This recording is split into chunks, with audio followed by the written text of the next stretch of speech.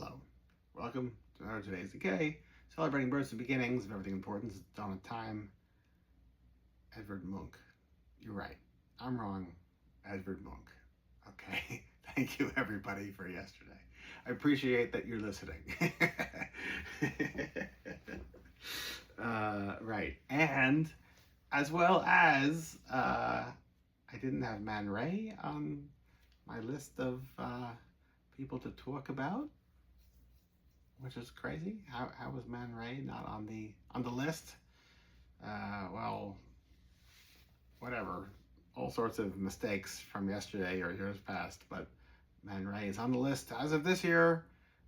Born today, August 27th, 1890. It was just a fantastic career retrospective Man Ray exhibit here in New York City that I saw, and maybe you did as well if you were here in New York for it.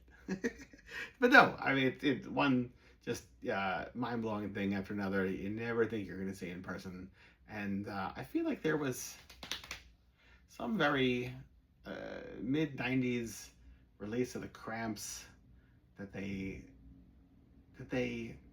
in the thank you column of one of the mid-90s albums, thank Man Ray. There was something that was Man Ray related in the Cramps that was one of my clues into I should check out who this person is. And they were right. Long story short, if you were doubting, Lux and Ivy were right. Okay, moving right along. 1892, Helen Gibson was born, the fearless girl. She was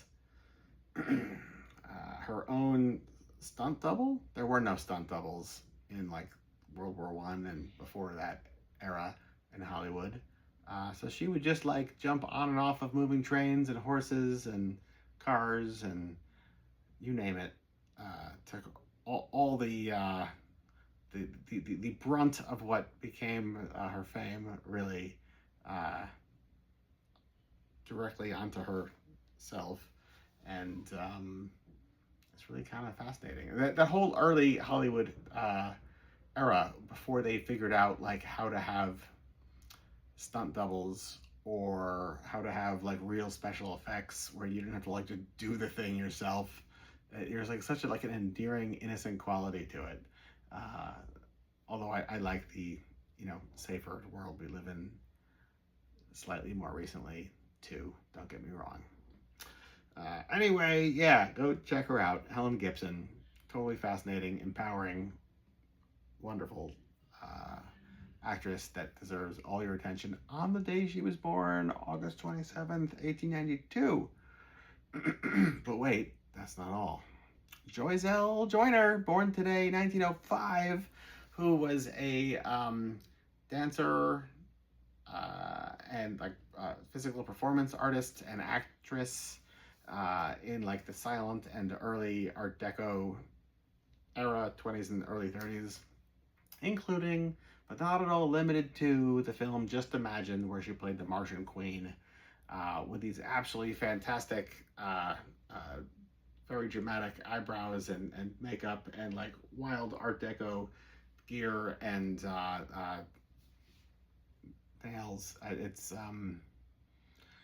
somewhat Bromley Contingent 1976 Vivienne Westwood type stuff, and somewhat Forbidden Zone, and somewhat I don't know. It's great, just great. You need to see the film Just Imagine, 1930. It's tries to out Metropolis. Whether it does or not is for you to decide. But she is the Queen of Mars, and she deserves your attention on the day she was born, 1905. 1911, Johnny Echt was born today, the half-man himself, who was a Coney Island sideshow performer, who I guess Forey Ackerman was friends with him closer to the end of his life. He's also in Freaks, the Todd Browning film. But Forey told me some stories about him that it was just one sad story after another about Johnny X, the end of his life. But he was friends with him later on. And Forey would always kind of bill himself as like, shake the hand that shook the hand of Boris Karloff and Bela Lugosi. And by extension, Johnny Eck as well. And so one could say, by these conversations you and I are having for, time immemorial, you are experiencing Forey Ackerman by way of me, and he is explaining Johnny Eck. So you're 1 degree away, or maybe 2 degrees away from Johnny Eck directly, if one were to want to view it that way. What else? Michael Findlay, born today, 1937. So I brought out the Flesh trilogy. I love this. It is so good. You need to see it all. It's like shot in 1960s New York City in strip clubs and flop houses, and there's like no budget, and it's just he is the director and star and probably writer, and his wife Roberta Findlay is the cinematographer and camera person, and for all of these. The Touch of Her Flesh, The Curse of Her Flesh, The Kiss of Her Flesh. I think they get better as they go, but it's hard to say. They're all just really great anyway. New York City, 1960s, no budget, and it's like almost like a Jason Voorhees type situation, and very much like go-go dancers and so on, and I love it. I just recently got The Ultimate Degenerate. For those that are in the need to know, The Ultimate Degenerate here, also a Michael Findlay production. Haven't seen it yet, and I'm very much looking forward to it. Maybe I will turn it on the day he was born, 1937. A lot of his films are very violent, and it's quite a ironic situation, because for those that don't know, the rooftop of what's basically Grand Central Terminal in New York City, which was like in the 70s and earlier the Pan Am building, now JP Morgan Chase, I think, was like a helicarrier pad, and you could take a helicopter directly from the middle of New York City, like, let's say, to the airport in like 10 minutes time, for instance. And I don't know what he was doing up there, but it didn't end well. There was a helicopter accident where he winds up getting beheaded, and like, it's not funny at all, but it is so in keeping with the films that he wrote and like the characters that he very often gravitated towards, that like one has to wonder, like, how did somebody who like was involved with like the Flesh trilogy then wind up getting beheaded over the skies of Manhattan, and arguably having like, his blood showered on random commuters?